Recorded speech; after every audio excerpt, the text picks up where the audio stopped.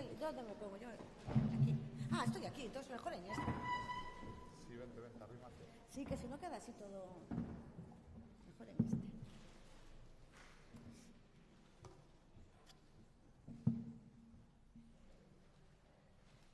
Patricia, el pasador lo tienes aquí.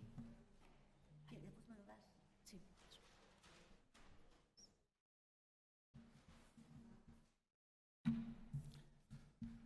Bueno, pues imos empezar. Bo día a todos a todas. En primeiro lugar, quero presentarvos as dúas miñas compañeiras de mesa que van falar agora de seguido. Patricia Gómez Salgado, que é profesora de Metodoloxía das Ciencias do Comportamento na Facultade de Psicoloxía, e unha compañeira, Rosana Izquierdo, que é médica de familia en Vigo. Decirvos que, bueno, que vou intentar ser moi breve, sobre todo porque estou abaixo con unha mesa de negociación e teño que disculpar a miña asistencia porque vou dicir unhas verbas e a continuación pois o que vou ausentarme, pero bueno, os deixo en boas mans. Quedan presentadas as miñas compañeiras, pero si quería decir unhas palabras. Certamente é unha honra poder acompañarvos hoxe na inauguración desta xornada que está dedicada a un tema que, por desgraza, segue sendo unha das maiores feridas sociais do noso tempo, que é a violencia de xénero. Quero comenzar agradecendo a vosa presencia, os que estades hoxe aquí, os que están véndonos pola retransmisión en streaming, profesionais sanitarios, responsables de institucións, representantes de asociacións, expertos, expertas, e tamén a todas as persoas que desde distintos ámbitos traballades cada día para combater esta lacra. A violencia de xénero non é un asunto privado, nin doméstico, nin individual. É un problema estrutural que afecta a saúde, que afecta a dignidade e os dereitos fundamentais das mulleres e que repercute, ademais, nos fillos, nas fillas, nas familias e na sociedade no seu conxunto. Desde o sistema sanitario temos unha responsabilidade especial, porque somos, con frecuencia, a primeira porta a que acoden as víctimas e, ademais, a veces, a única porta que nunca se pecha. Somos moitas veces o primeiro contacto, somos a primeira voz que escoita a muller, o primeiro espazo seguro a que unha muller pode acudir. Por iso, a detección precoz é determinante e Galicia está dando pasos firmes neste camiño. Nos últimos tempos, o Sergas, como sabedes, puxo en marcha un cribado específico de violencia de xénero en atención primaria baseado nunha enquisa breve, pero validada científicamente. Este cribado realízase ás mulleres maiores de 15 anos cando acuden a unha consulta e se observan sinais de alerta. Trátase dunha ferramenta que é sensible, que é respetuosa e que é eficaz e que, ademais, permite abrir conversacións que sen este apoio poderían quedar silenciadas.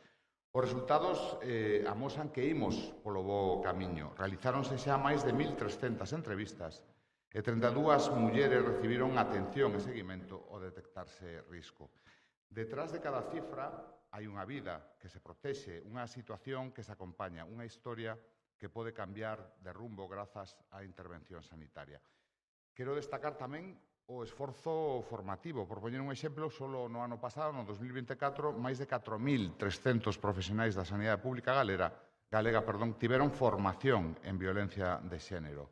E isto significa que non só temos protocolos, senón tamén temos persoas preparadas, conscientes e capaces de actuar con humildade, con humanidade, con rigor e con sensibilidade.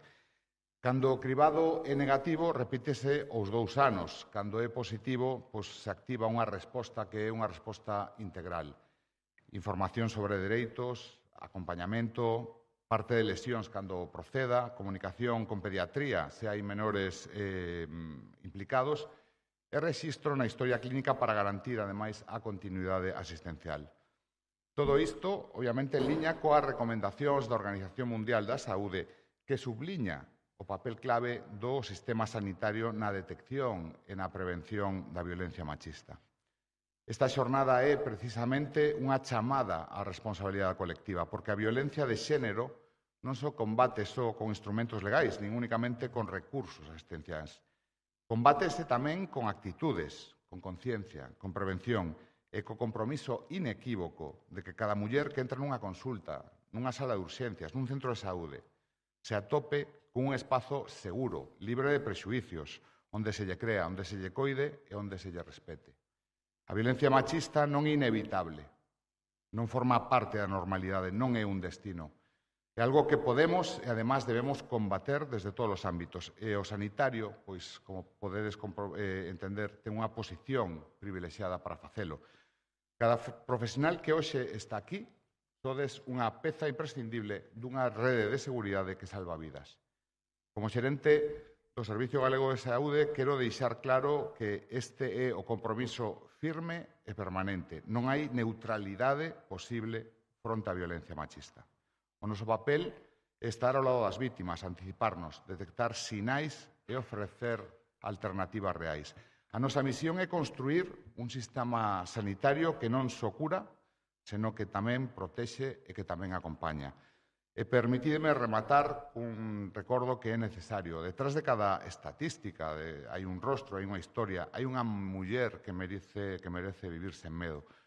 O noso deber é que nunca estén soas, que sepan que o sistema sanitario de Galicia está ao seu carón, que se acompaña e que vai a seguir traballando para que algún día poidamos dicir con verdade que somos unha sociedade libre de violencia contra as mulleres. Moitas grazas e moito éxito a todos e a todas nesta xornada.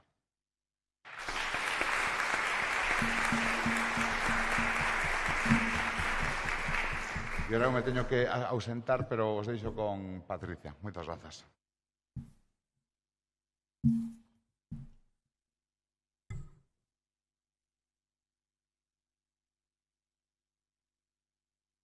Bueno, pois moi bons días a todas e a todos. Moitas grazas á organización por ter contado comigo e co grupo de investigación ao que pertenzo para poder compartir convosco un pouquiño desta mañá.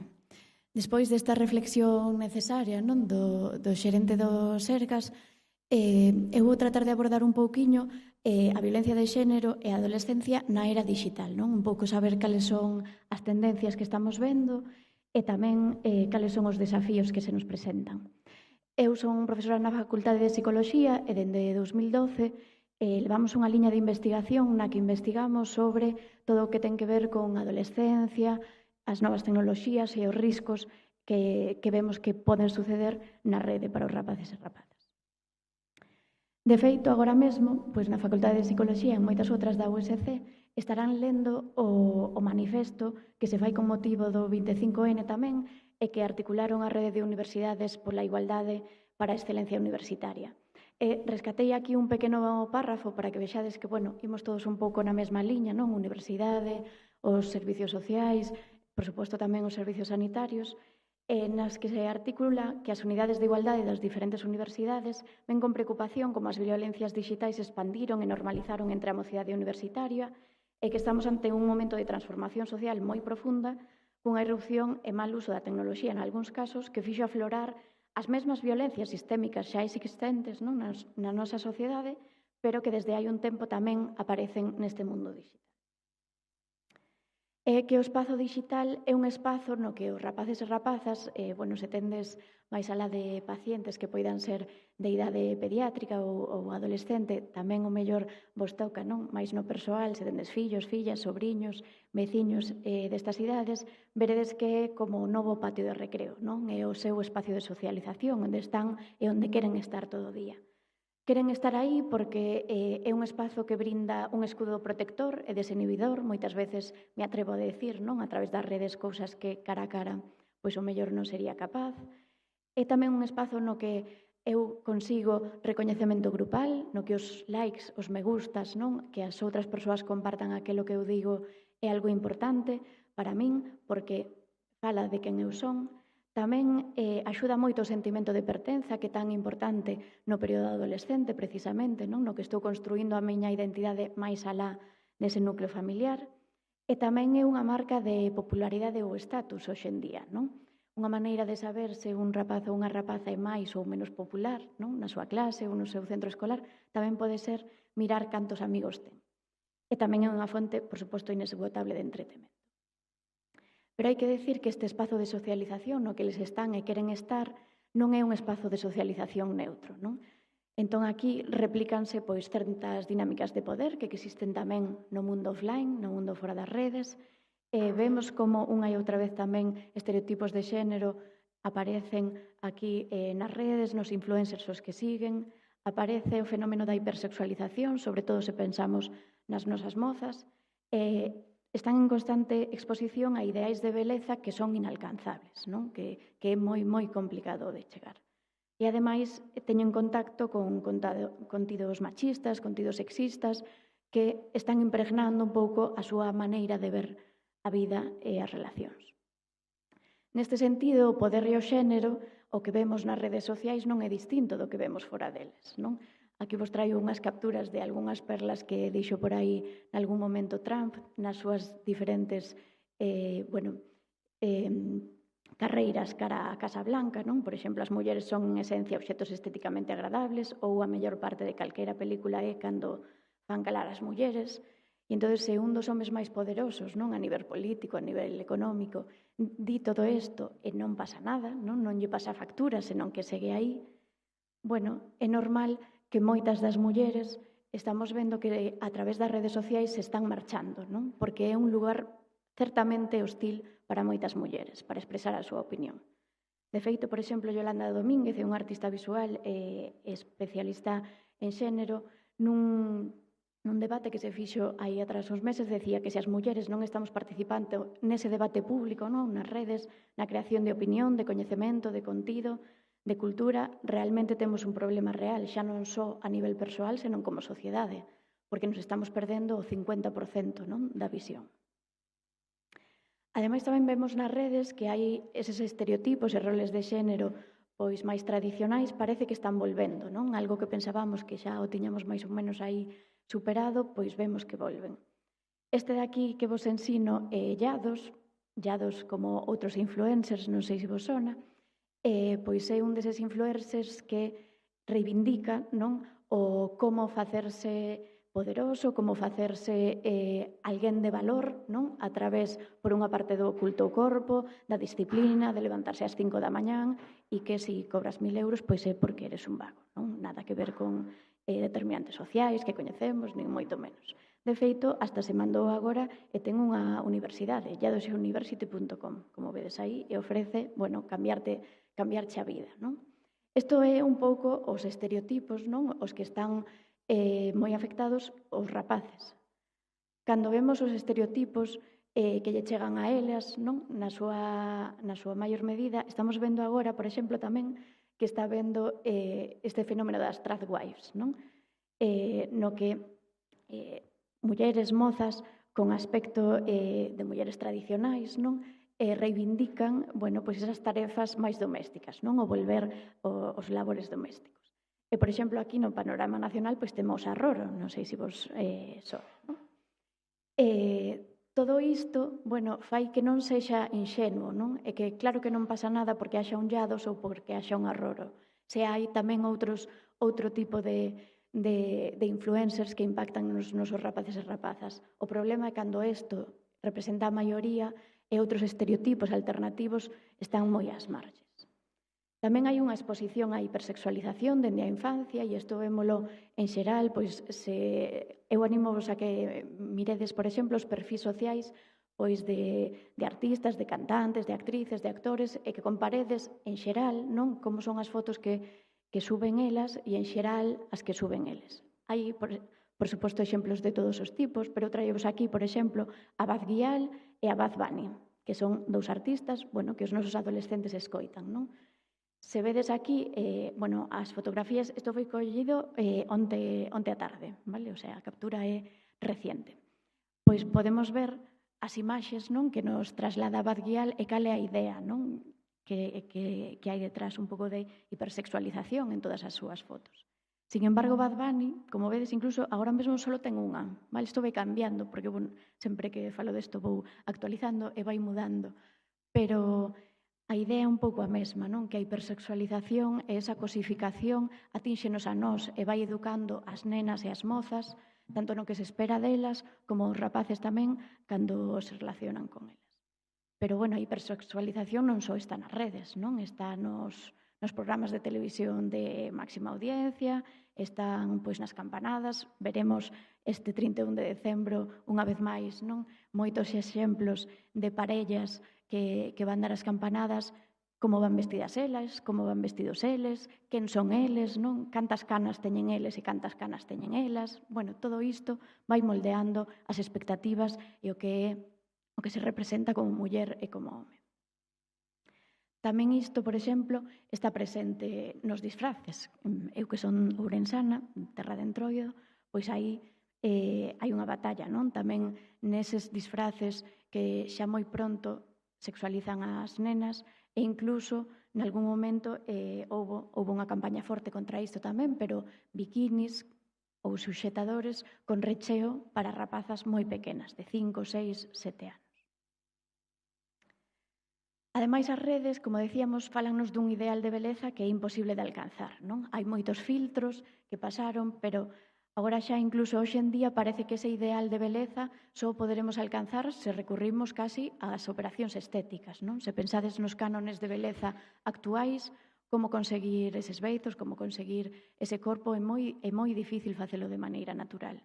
E todo isto está impactando xa nas nosas nenas principalmente e nas nosas adolescentes. De feito, algúns dermatólogos e dermatólogas están avisando de que están vendo problemas, non, na pel de nenas que utilizan o skincare como se o precisasen, non, nunhas peles tan novas.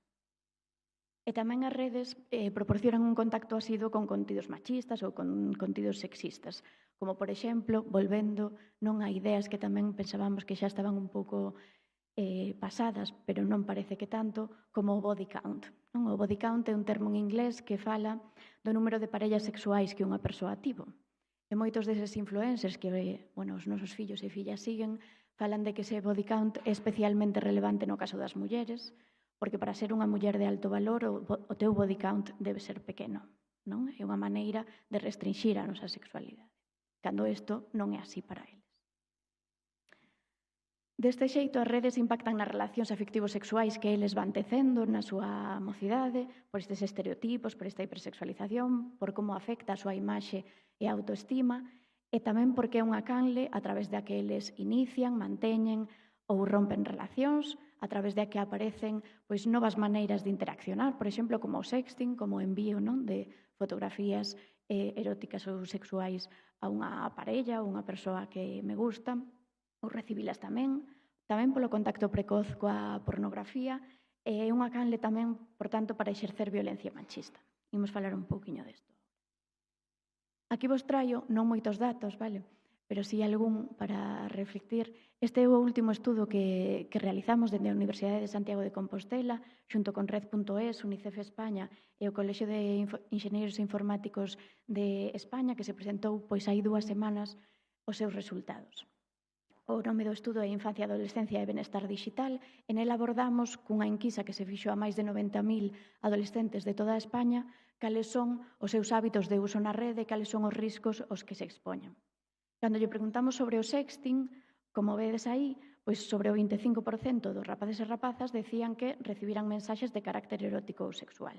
E as diferenzas entre chicos e chicas, como vedes, é de dun 2%. Non hai moitas diferenzas. No caso do sexting pasivo, é dicir, que recibiron esas imaxes de outra persoa coa que estaban falando, ao redor dun 15%. Tamén sen moitas diferencias entre chicos e chicas.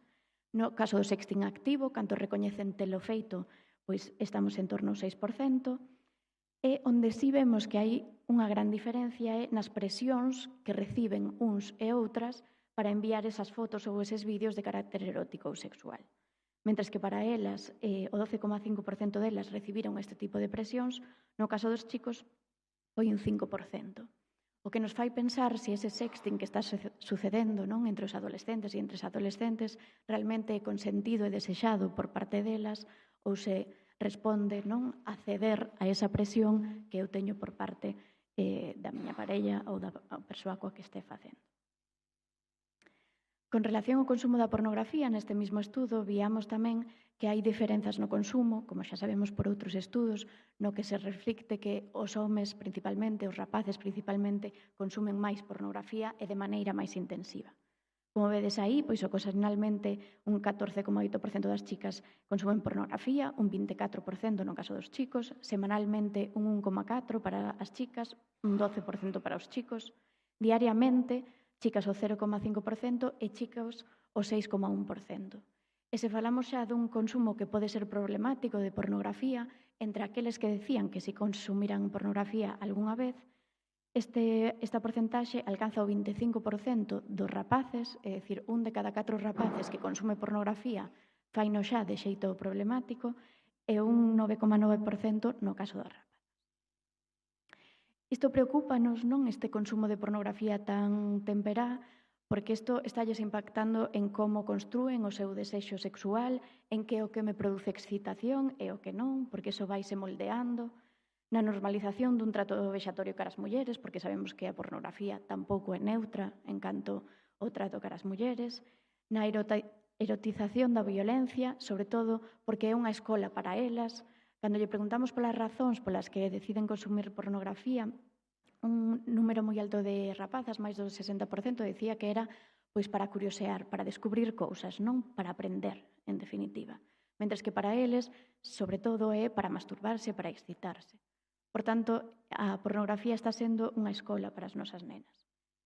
E, ademais, o consumo periódico mantido de pornografía fai que a tolerancia vaya sendo maior, que cada vez necesiten uns contidos que son máis fortes en canto aos seus contidos para alcanzar ese clima sexual.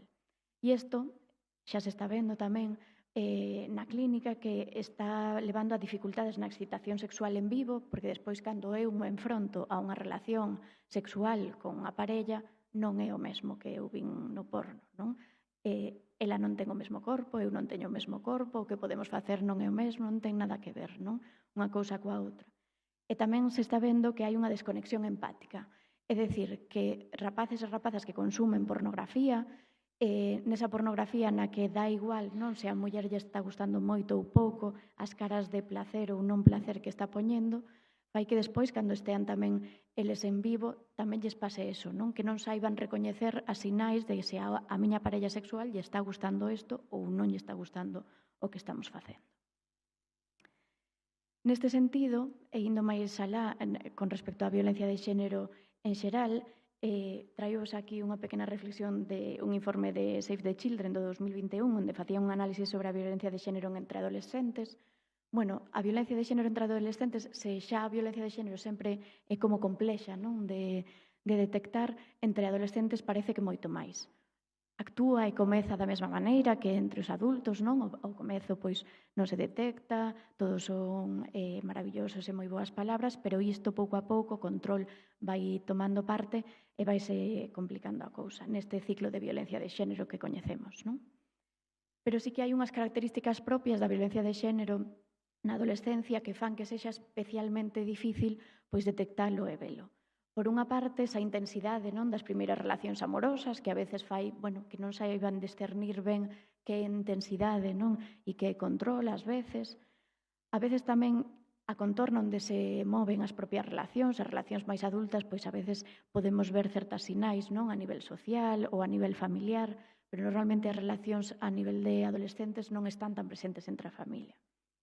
Tamén vemos que inciden máis conductas de risco online, como, por exemplo, o sexting do que falábamos, que as redes sociais son unha canle 24/7 para un posible acoso do agresor, a influencia da pornografía que está tendo neles e nelas, nestas idades tan temperás, e tamén que hai unha falta de autopercepción de elas como víctimas e de eles como agresores, porque non creen que sexan o típico, non, victimario nin a típica víctima, non se recoñecen como esa víctima da violencia machista, pois da violencia máis física, non, que é un pouco o estereotipo que adoitan ter na cabeza.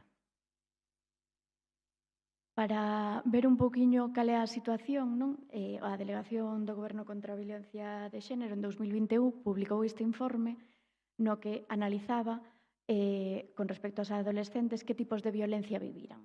Como vedes aí, sobre todo, a violencia psicolóxica e de control é a que máis viven. O 17% delas pois insultáronas ou ridicularizáronas a súa parella ou exparella, deciden por ela hasta o máis mínimo detalle pois o 17% tamén, fixeronlle sentir medo ao 10%, e a través das TIC, a través das tecnoloxías, pois tamén se filtra moito, non? Controlar a través do móvil o 15%, enviarlles mensaxes pois ameazando o 6%, usar as súas contraseñas para controlalas, e despois en menor medida a violencia física, e vemos tamén un repunte con respecto á violencia sexual, non? Un 11% con respecto a presionar para determinadas situacións sexuais. E tamén, como decíamos, pois a rede é unha canle para acosar de maneira reiterativa as víctimas, sobre todo cando deciden non parar esa relación, pois insistir para poder volver.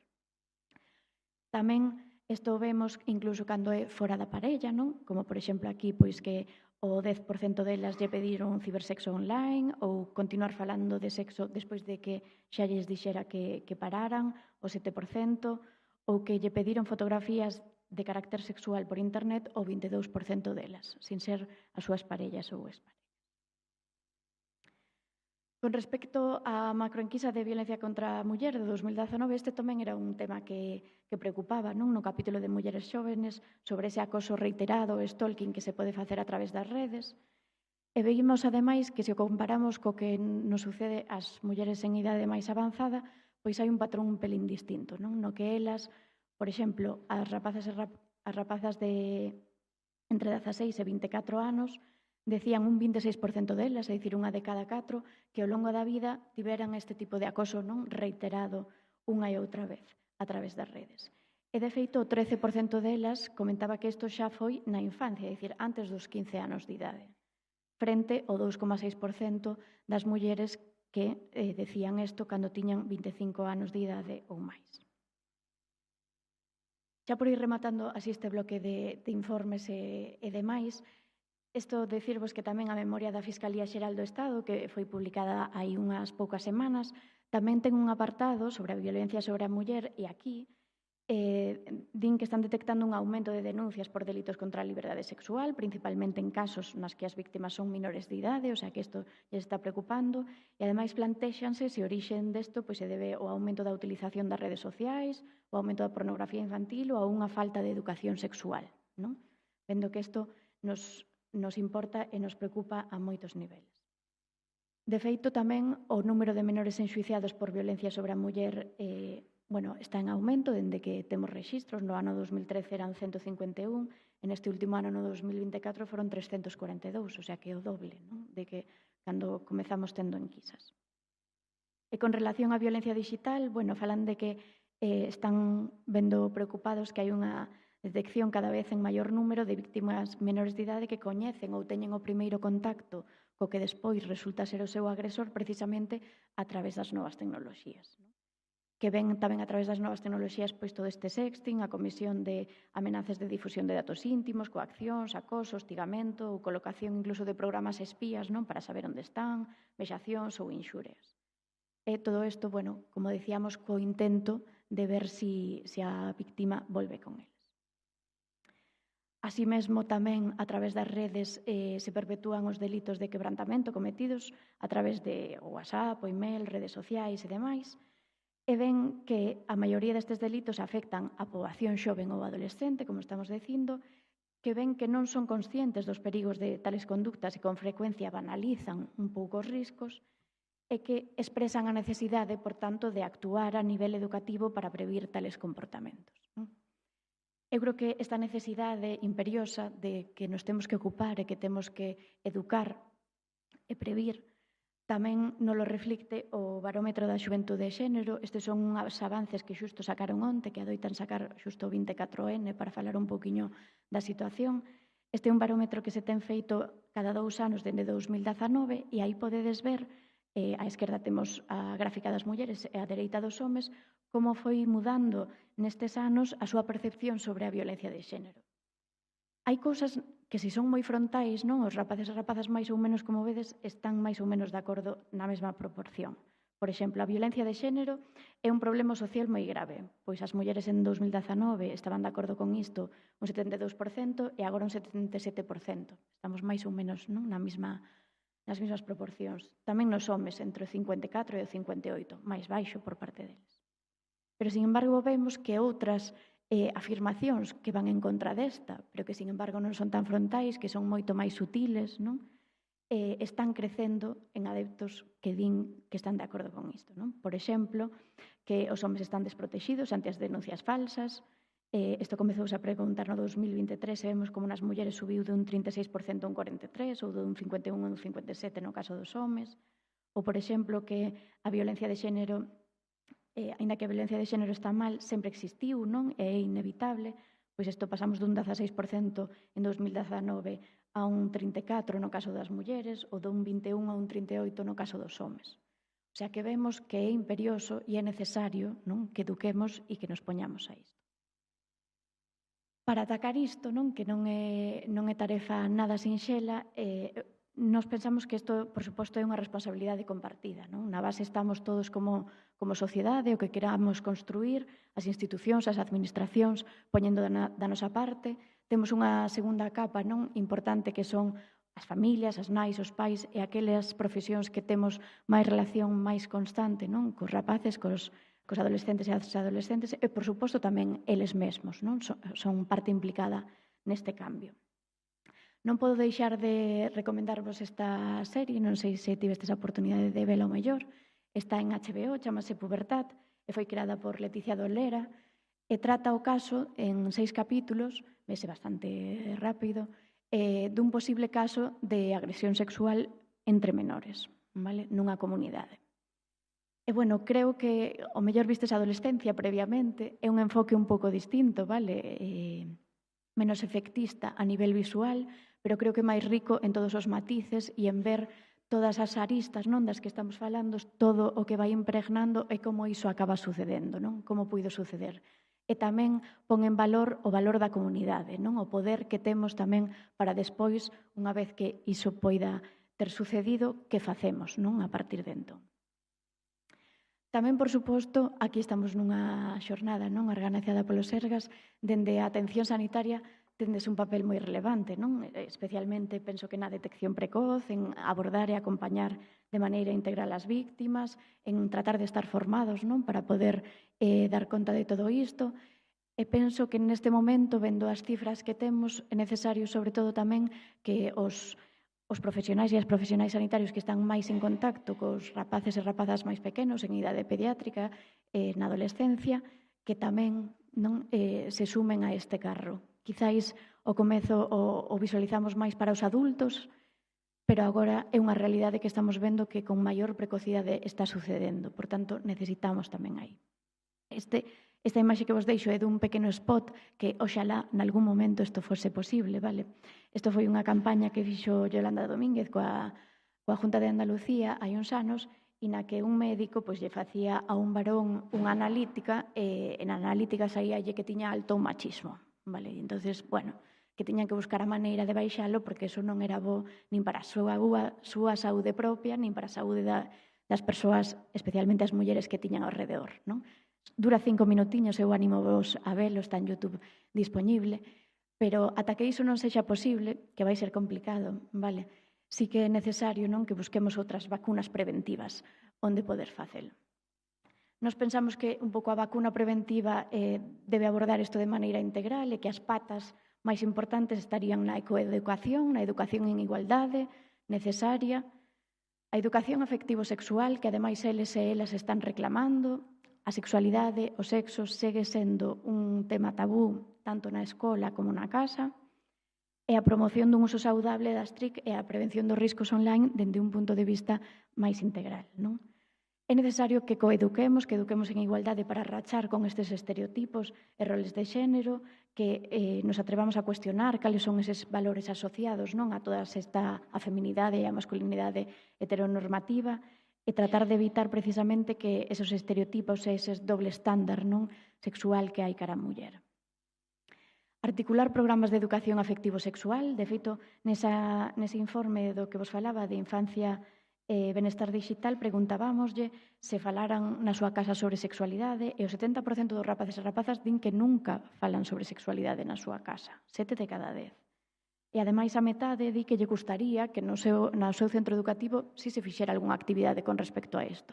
O sea, que eles están demandando o falar de isto. É necesario que nos poñamos as pilas, non? Neste sentido.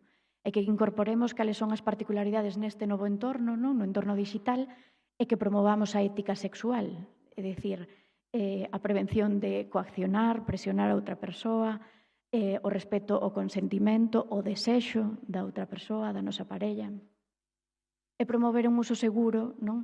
E saudable das TRIC. Para isto hai programas que se poden establecer a nivel de prevención escolar, por exemplo, como o Safety Net máis longos que teñen 16 sesións ou guías didácticas un pelín máis breves onde abordan a ciberviolencia cara ás adolescentes para poder facer entitorías cos rapaces e rapadas. E deixo-vos por último tamén este pequeno recurso no que participamos, chamase Conectados en Familia, e é un programa documental que saiu na Televisión de Galicia, que agora mesmo está na plataforma na Galega, disponible e en aberto tamén para que todos poidades ver. Son 8 capítulos nos que se fala tanto co profesorado, como coas familias, como cos rapaces sobre todos estes temas. Por exemplo, hai un dedicado ao sexting, hai outro dedicado ao consumo de pornografía, outro dedicado ás redes sociais, o papel dos pais e nais, e escoitamos por unha parte, o que eles e elas nos teñen que decir, rapaces de aquí, galegos, de institutos de aquí de Galicia, o que as familias ven, o que coñecen e non coñecen, e tamén a visión dos pais e nais, e un pouco a visión de diferentes expertos aportándonos, unhas pequenas píldoras para axudar neste sendeiro que temos por diante. Por miña parte, isto era un pouquiño que quería compartir convosco. O panorama é complexo, é retador, pero non por iso temos que perder as forzas, non? Anímovos desde aquí a que continuemos con moita dela. Gracias.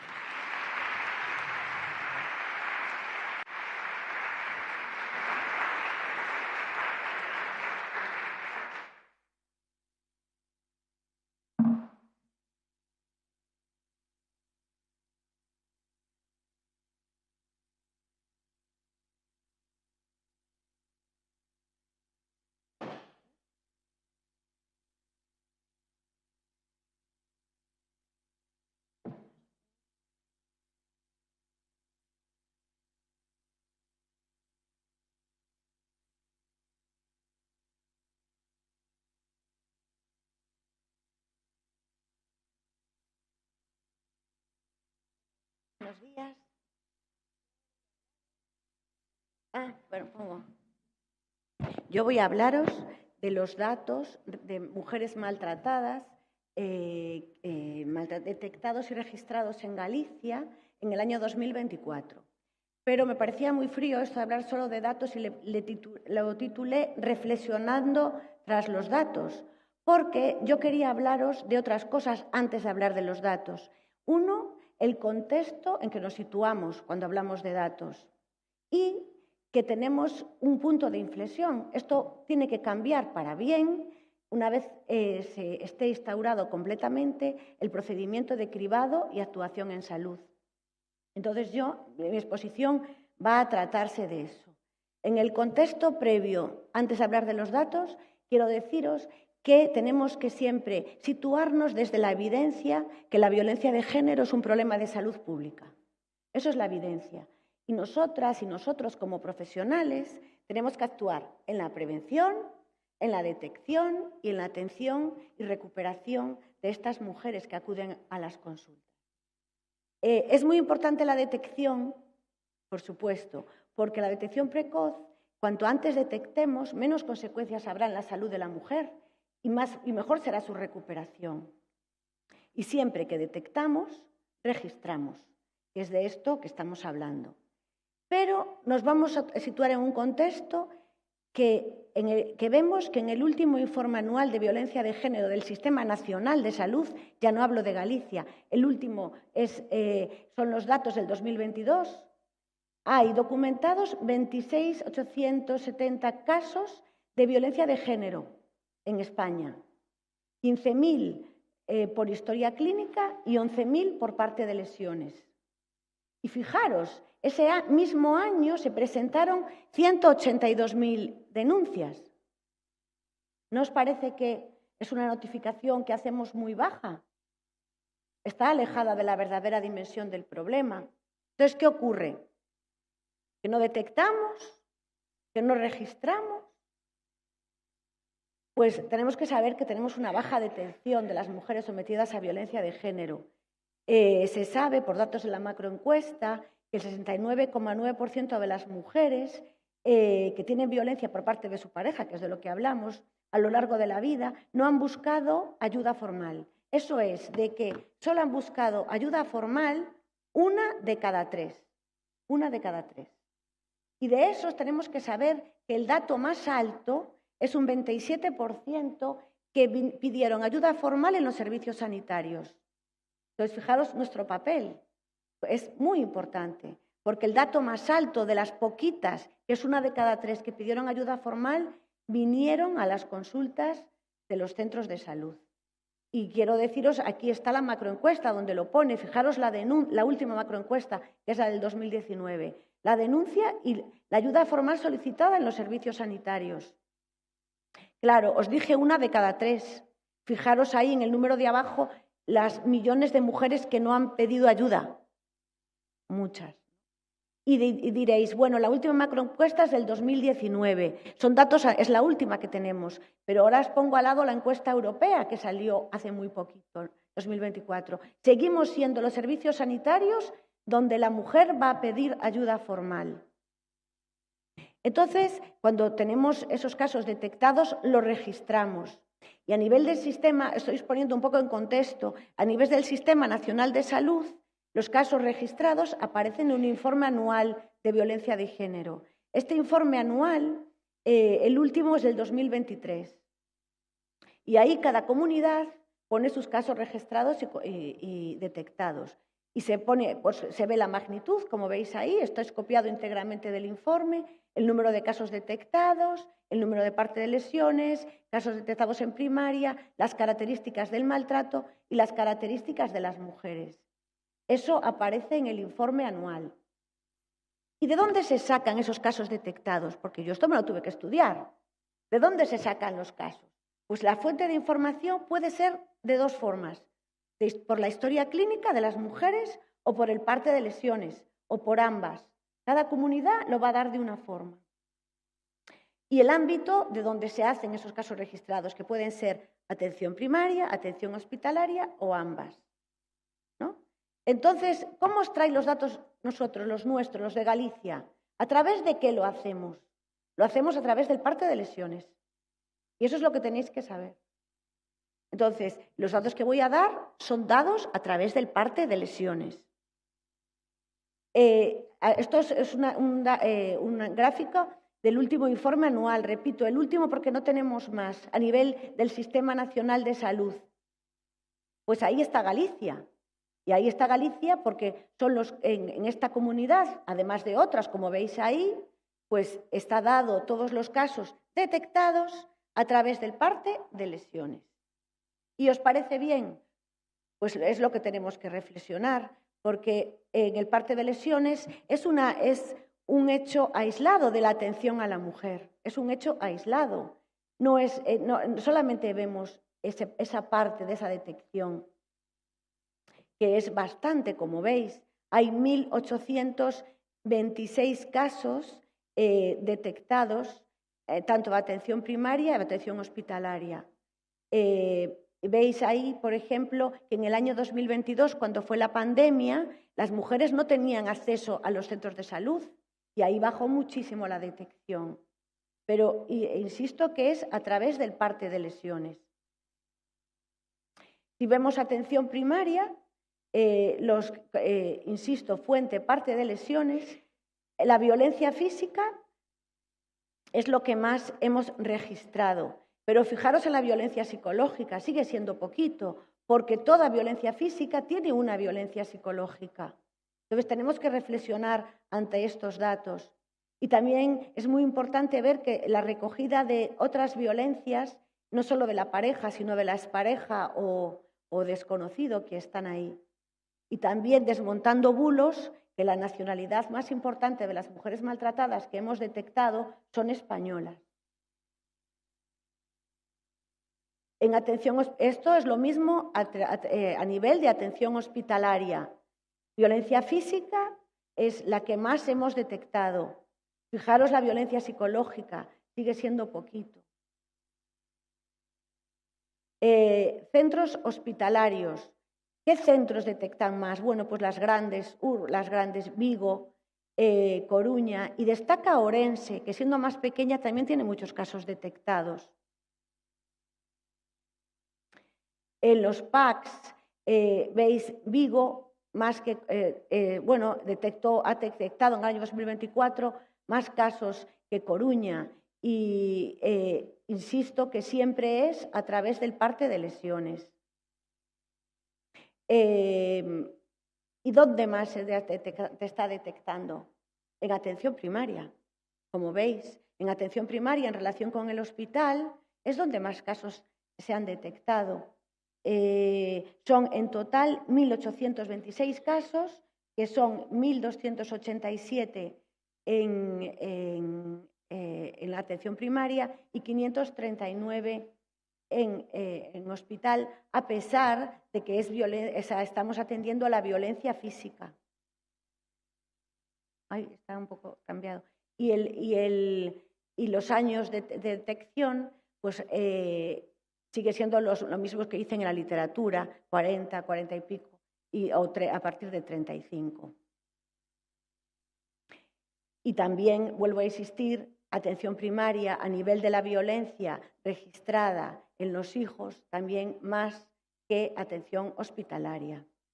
Entonces, yo quiero decir que el parte de lesiones he dicho los datos, pero diciendo esto, que el parte de lesiones es un complemento de información asociado a la historia clínica. Aporta información de los episodios determinados en la historia de maltrato.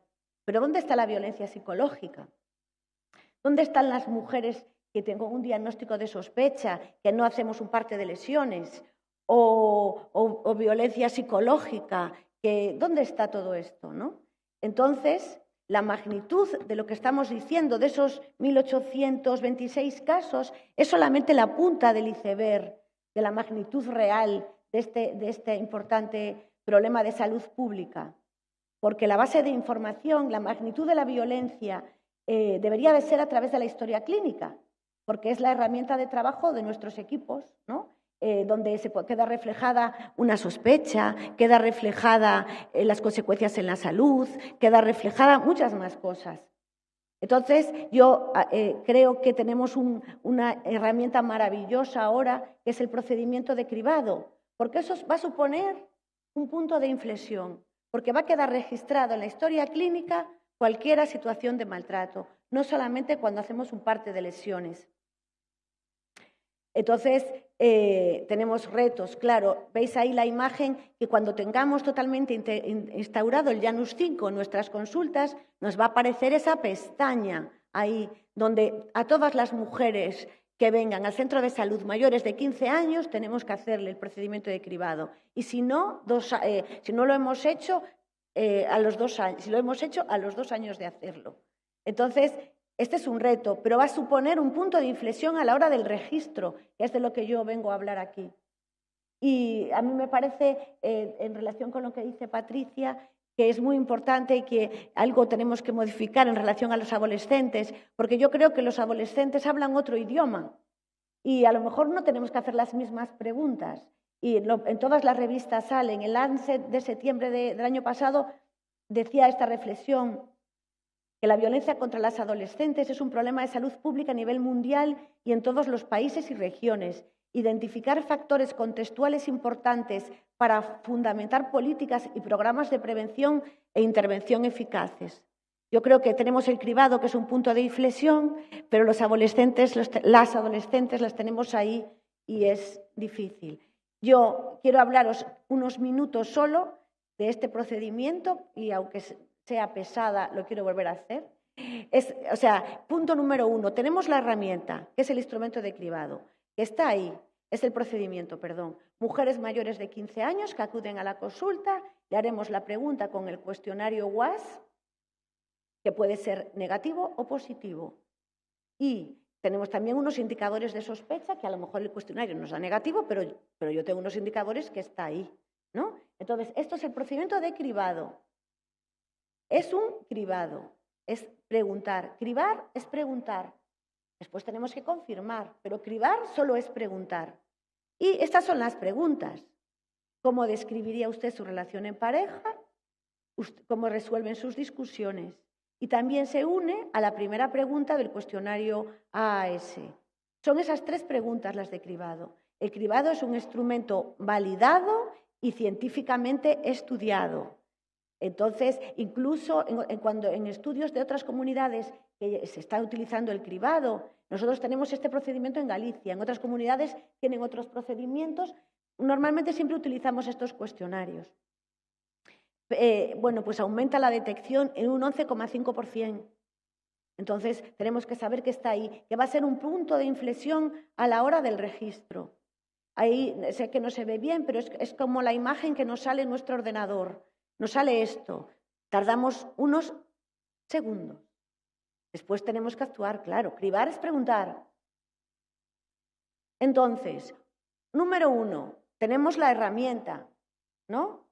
Número 2, avanzamos en formación. Estos son datos del Informe Anual de Violencia del 2022, que es el último que tenemos. Miraros, Galicia está ahí, puntera en formación. O sea, avanzamos en formación. Tenemos el instrumento. Acaba de decir el gerente 4.000 formaciones de los profesionales sanitarios en este año. O sea, pues avanzamos en formación. Tenemos que hacer más, pero avanzamos.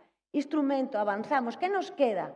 Solo nos queda la instauración universal de la herramienta de cribado para seguir avanzando.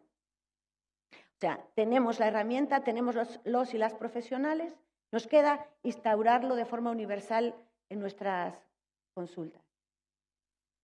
Y para terminar, solo quería hacer un guiño que se cumplen 30 años de la conferencia de Beijing este año, donde había el lema de que los derechos humanos son derechos de las mujeres y los derechos de las mujeres son derechos humanos. Eso hoy, después de los 30 años, nadie lo duda, pero tenemos que seguir diciendo que 1 de cada 3 mujeres en el mundo sigue teniendo violencia sexual o violencia física, generalmente por su pareja. Ya está, muchísimas gracias.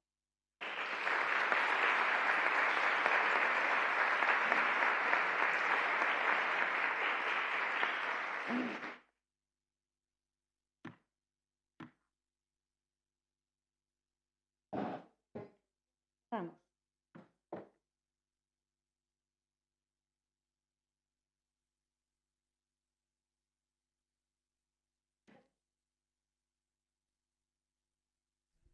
A ver, sí, escoitaseme ben.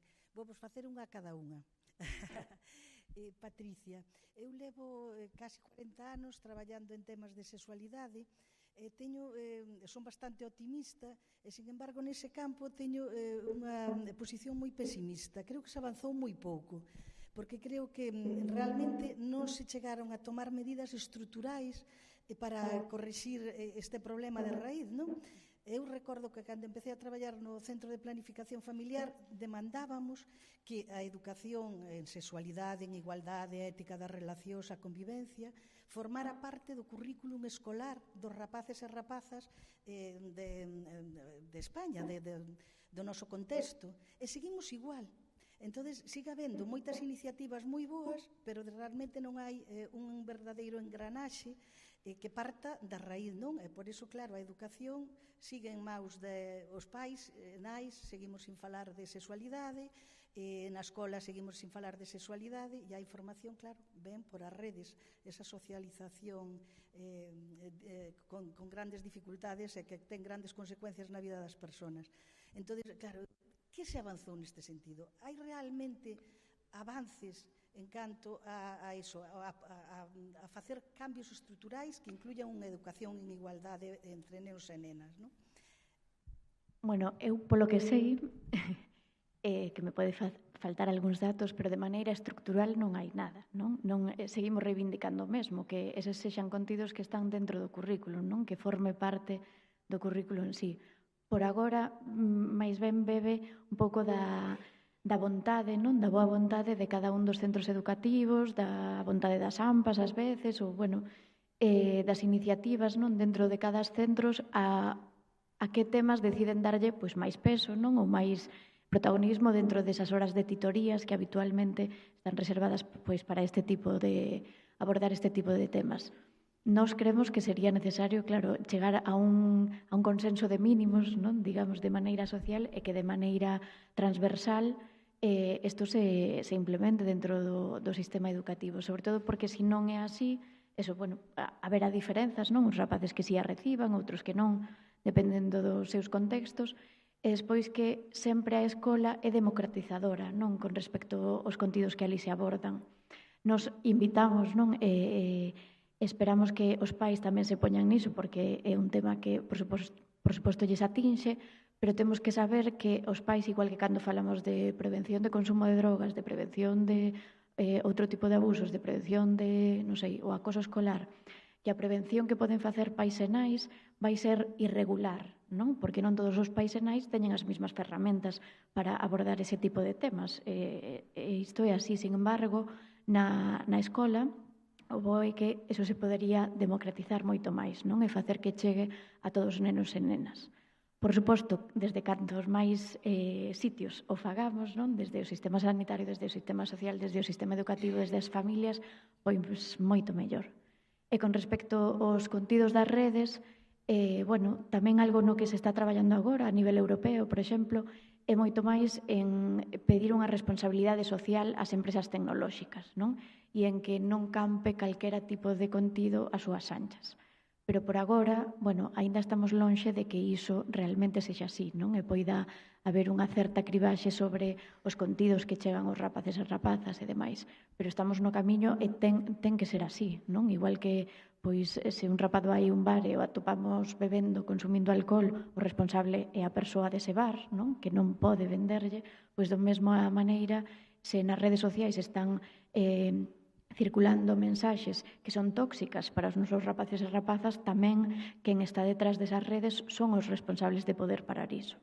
O sea que tamén eso é necesario, estáse reivindicando a nivel europeo, están articulando, pero imos un pouco sempre detrás, non, do que sucede. Pero ánimo. Moitas gracias. Rosana, quería facer tamén un pouco unha reflexión en canto ao programa de cribado, que é interesantísimo, como tú decías, e supón unha oportunidade estupenda para nós en cuanto á detención e ao abordaxe, pero tamén en canto ao rexistro, que é unha forma de visibilizar e ver o que hai, non? Que hasta ahora non podíamos facelo. E eu quería compartir que levo facendo máis ou menos desde hai un ano e que me sorprenden moitísimos datos, porque a parte da detección, realmente eu o que vexo é no cribado violencia de xénero ou violencias de xénero negativas actuais, pero nun porcentaxe altísimo violencias pasadas e resoltas. Sí. Entón, iso leva má reflexión de que, efectivamente, a población busca axuda formal, en primer lugar, nos servicios de saúde sanitarios, pero antes o que busca axuda é no seu entorno próximo, e realmente, nun porcentaxe moi alto, recibia e resolveo por si mismo, sin ter necesidade de chegar aos servicios sanitarios. Entón, eu plantexome tamén que, ao mellor, como estrategia, dentro de o que é, por exemplo, o servicio de saúde, sería importantísimo facer prevención na comunidade para fortalecer esa rede de apoio, porque, efectivamente, as mulleres onde primeiro van realmente é a súa rede de apoio próxima, non? E nós aí, como personal sanitario, podemos facer moito nesa prevención, claro, reforzando eso. Non sei se tú, que levas tamén tempo facendo o cribado, tes apreciado eso, claro, un porcentaxe altísimo de violencia pasada e resolta. Sí, porque eso incluso es un dato incluso de la macroencuesta, porque es que por eso puse la primera diapositiva, que me parece que es muy importante, que parezca una tontería, pero tenemos que actuar a nivel de prevención también, y a nivel de prevención es una actividad comunitaria. Esa actividad tenemos que hacer divulgación, siempre, o sea, tenemos que, me refiero a nuestra labor, después hay labor de muchas más cosas, porque en prevención hay que actuar a nivel de educación, a nivel de servicios de comunicación, pero nosotras, como profesionales de la salud, tenemos también mucho que hacer en prevención. Incluso entre las pacientes y pacientes masculinos que vienen a la consulta. Pero está claro que donde la mujer siempre busca primero y donde primero se dice es a un amigo, a la sociedad. Entonces, la sociedad tiene que también responder. O sea, yo creo que la labor en igualdad es una labor transversal y continua. No 25N, transversal y continua. Y es la única forma de poder abolir la violencia de género, en mi opinión. Muchas gracias.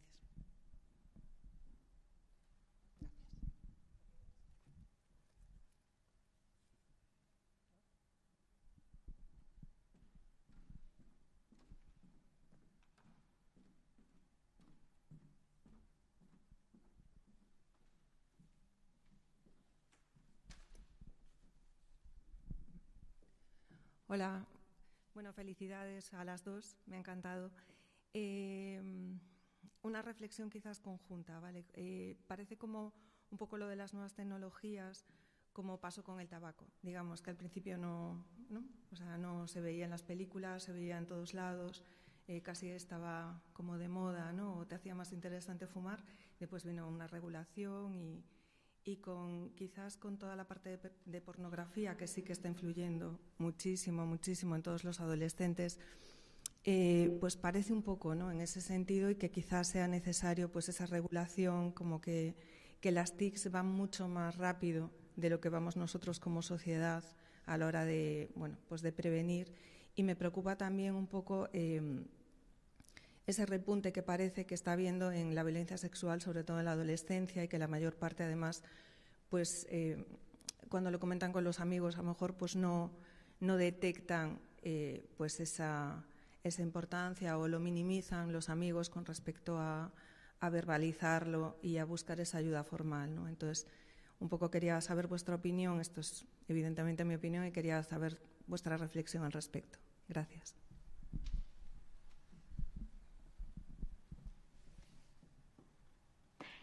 Moitas gracias pola pregunta e pola reflexión, moi necesaria tamén. Con respecto á violencia sexual e como a pornografía está impactando aí, estámoslo vendo, non? Estáse constatando nos diferentes informes dende a Fiscalía, dende as macroenquisas e demais. Neste sentido, creo que é un reflexo do que estamos facendo en xeral como sociedade, non? Se os rapaces 7 de cada 10, vos comentaba, din que na súa casa non se fala de sexualidade. Entonces, cales son as vías de información para a sexualidade? Pois falar con outros amigos, non? Con outros pares, e, sobre todo, acudir á rede, e o que se van a topar na rede é porno, non é educación afectivo-sexual, non? Na que imos falar deso.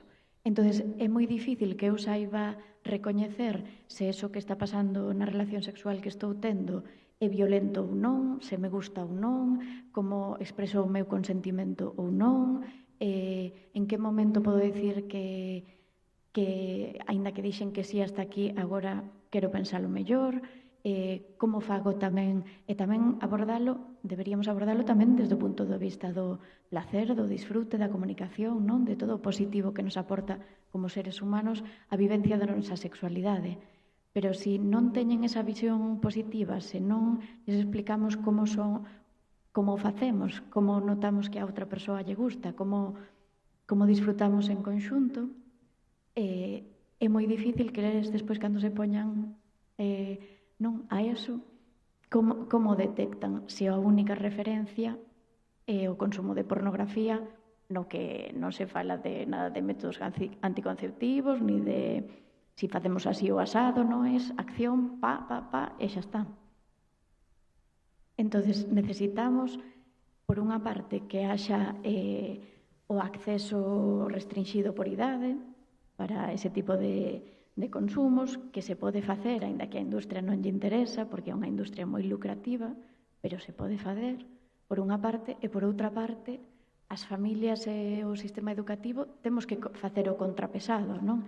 Aínda que sigan vendo de vez en cando pornografía ou a vexan, porque é algo que é moi difícil, non imos poder conseguir que non teñan ningún tipo de contacto con ela, pero temos que contrabalancear eso de alguna maneira. E a maneira é que nos mollemos, aínda que sexa incómodo, complicado para nós, non? Tamén ás veces como adultos abordar estes temas, porque connosco non o fixeron, non? Entón, eu agora como fago con isto, temos que poñernos a eso, porque senón a alternativa, baixo o meu punto de vista, non é nada esperanzadora. O sea que o que temos que facer é implicarnos e falar de sexualidade cos nosos adolescentes.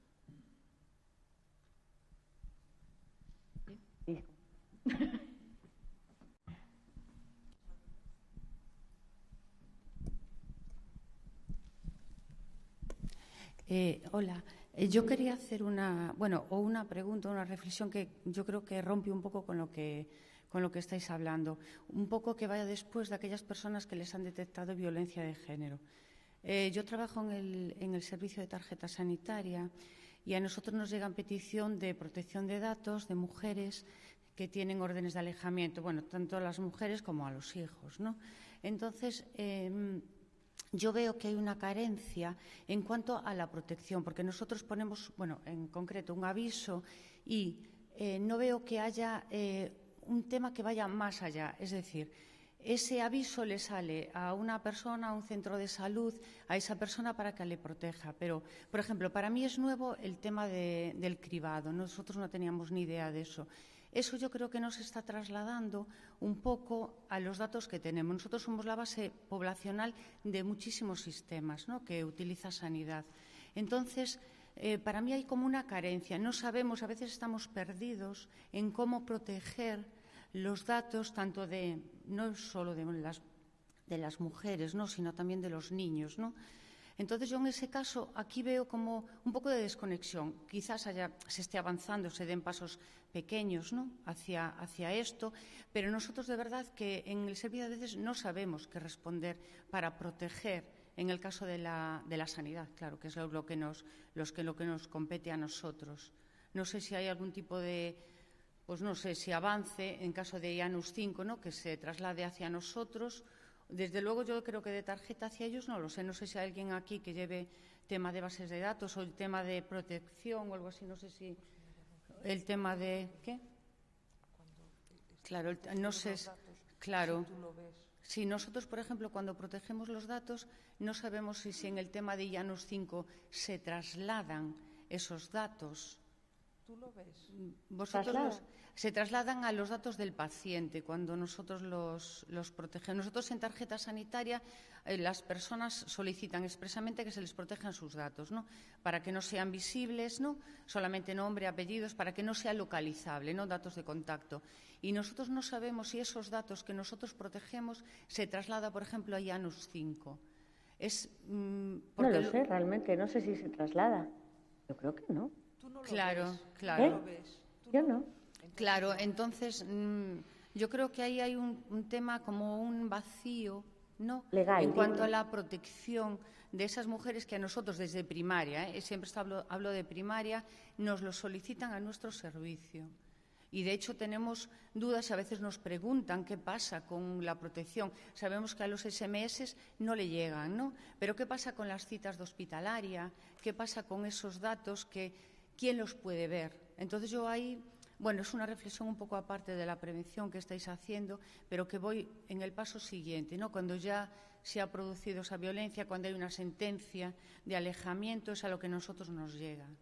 Vale. Bueno, gracias. No, es una reflexión importante, pero la verdad, no sé, los datos de una historia clínica podemos acceder solo nosotros. O sea, esto es una historia clínica. Realmente, aparte ha habido denuncias de gente que ha entrado en la historia clínica de otro, o sea, porque se puede ver, vosotros sabéis más que yo de eso, se puede saber qué gente entró en esa historia. Si yo me entero de que, o sea, yo puedo denunciar a esa persona solo por violar mi intimidad en la historia clínica, porque se queda registrado. Yo, por ejemplo, antes entraba en historias de gente que no era mi paciente más alegremente, ¿sabes? Hazme una receta, tal. Hazme, no sé. Yo ahora no entro, intento que no, porque sé que si me puede, o sea, haber una denuncia contra mí por entrar en una historia que no es la mía, o sea, que no es de mi paciente. Entonces yo normalmente ahora ya ni entro, que me lo pongan en la lista, sino yo no entro. Quiero decir, sí, yo creo que sí que o sea, eso está totalmente registrado. Yo conozco, una paciente mía denunció hace años, no es de ahora, denunció por haber entrado, y un médico denunció por haber entrado en su historia gente que no era su médico. Se sabe. Yo, por ejemplo, si los datos de... El caso del menor. A ver, por ejemplo, cuando nos mandan protección de datos de un menor, ¿no? Porque hay, pues, lo que sea. Si ese dato no se traslada, imaginaros que, pues, la patria potestad, pues, normalmente la tienen los dos. Es muy raro, ¿no? Que aunque la custodia la tengo a una persona, sí, ¿no? Si el médico de hospitalaria no ve que los datos del niño están protegidos, ¿vale? Puede ir, normalmente es el padre, ¿no? El que tiene la orden de alejamiento, le puede facilitar datos. A ver, una interrogación, porque esto ha pasado. Y a través de los datos del niño puede acceder probablemente a los datos de contacto de la madre. ¿De acuerdo? Entonces, yo creo que ahí es donde, no sé, a lo mejor había que trabajar un poco más, no sé, digo, a nivel de... Bueno, pues, claro, si lo detectáis vosotras, ya sabéis más que nosotros de eso. Claro. Yo sé que la historia clínica es un documento secreto. Realmente los profesionales del centro de salud y las profesionales son los que accedemos a él. Si vosotros sabéis que hay alguna cosa que pasa que no es la que tiene que pasar, hay que ponerlo, porque son cosas graves. Claro. Ya, quiero decir que es eso, que yo creo que hay desde lo que nosotros hacemos, que es en el servicio de tarjeta sanitaria, ¿vale?, que pase a los otros sistemas, como puede ser IANUS 5, porque yo dudo que en IANUS 5 veáis eso, porque eso se preguntó, no nos respondieron todavía. Pero sabes que ese tipo de protección, que es decir, esta persona no quiere que nadie vea sus datos, porque tiene, pues, un orden judicial, un orden de alejamiento, lo que sea, o porque está en proceso de... Yo creo que no sé si pasaría eso, si pasa o no, ni idea. No sé si puedes responder.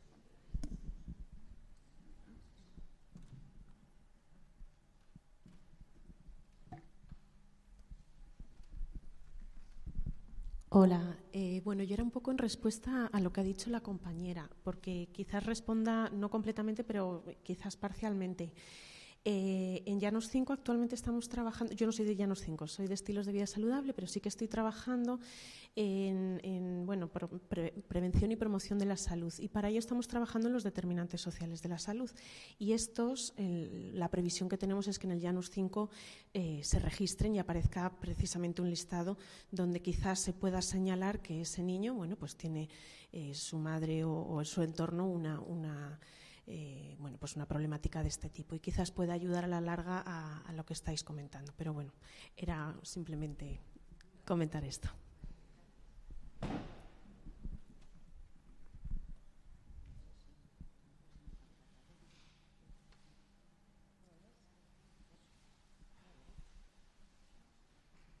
Bueno, pues damos por finalizado. Muchísimas gracias.